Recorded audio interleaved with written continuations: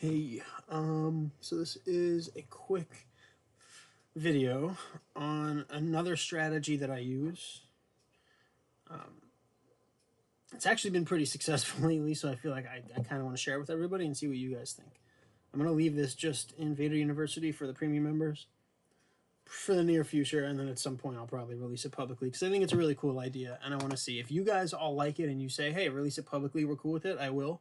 If you say, fuck that, keep this exclusive, nobody else should know this idea because it's that great, that's fine with me. I don't think it's that special of an idea, but I think it's really cool, and I've never heard anybody talk about it. I'm sure lots of people do this, but let's get into it. So with link, this is the perfect trade to give you an example on. The latest entry we got into right here, I moved my stop loss up, I locked in 1.5% profit. That support held amazingly well, impressively well, started going up again, and then, damn it, got stopped out there. I was out of this trade. I was still in a trade from earlier on down here.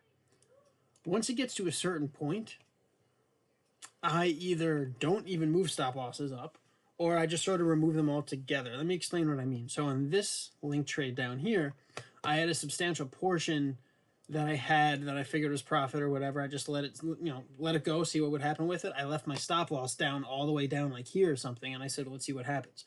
Obviously, we've gone up a ton since then, so I'm up a lot. I don't tell everybody to necessarily do that, but let me get into why I actually do that.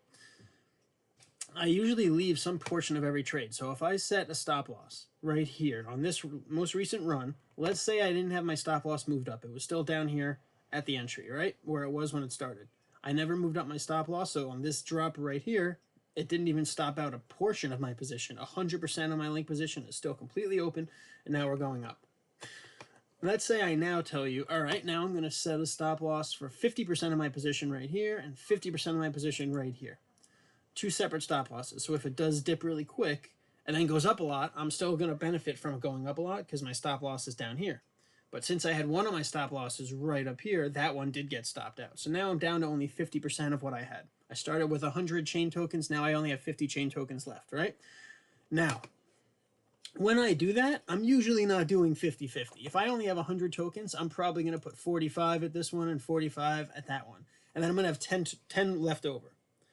I only do that on coins that I like longer term. And I didn't know if it was really something that would start adding up to anything, so I didn't even bother discussing it earlier. You know me, I like to test every strategy, every theory. I test it and test it and test it. And like the 222 EMA, remember how long we were using the 55 and the 99? I never once mentioned the 222 EMA. So either I happened to just discover it one day, and it happens to be pretty much the most accurate EMA we've ever found. That'd be pretty dumb luck.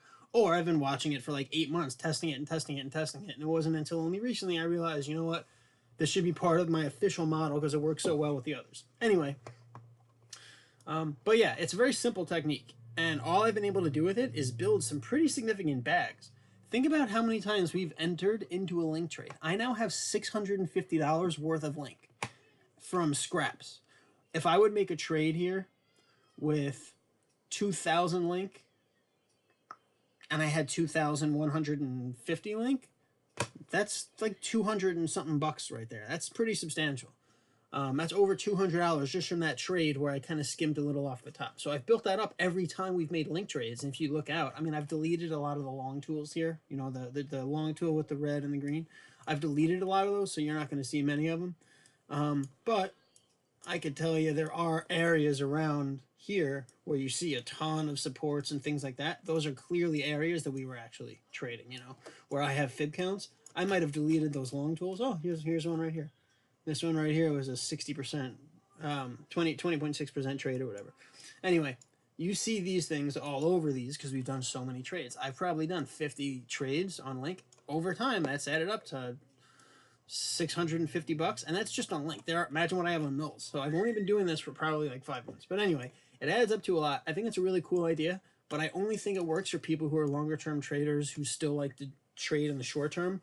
All right, I think it's for people who are good short term traders, but just want to know that they're not completely turning their back on those long-term hodl guys who say just hodl, hodl, hodl, this is going to explode. So you skim off a little bit, $100 here, $30 there. If you don't have a lot of money in the market and you're only trading with $1,000 portfolio, maybe you want to do that with $5 or $10 here. If you're trading with 50 grand, you can afford to do a couple $100 here and there without really feeling the difference on your daily trading portfolio, but still it adds up to a lot over time. My goal is to get to $10,000. I'm not going to say where I am yet, but when I do get to $10,000 worth of anything, it could mean the market pumped a lot and what I have went up, or maybe the market moved sideways for 6 months, but I keep accumulating small amounts of these coins. That might mean I hit $10,000. If I had hit $10,000 worth of value in that account, I don't know, I'll do something. I'll do some sort of cool giveaway. Anyway, I thought that was a really cool method that I've been using that nobody really talks about. Figured I would share it with you guys. You tell me what you think. If you think it's cool and it's worth sharing publicly on Twitter, I will. If you think it's a really good idea and you don't really want to share the beans, we could just keep it to just the premium group if you want. I'll also say that from our video last night, our live stream, this support resistance that I identified on Link is absolutely perfect. Look at that. Like boom, boom, boom, boom, boom, boom. I'm just proud. Anytime I find a support resistance like that, that's that accurate, it's always worth talking about. That's why I set the alert right there. If you remember last night in the live stream, I set the alert at 180 because I knew that was going to be a huge, huge hurdle to get over anyway. So, all right. Catch you guys later.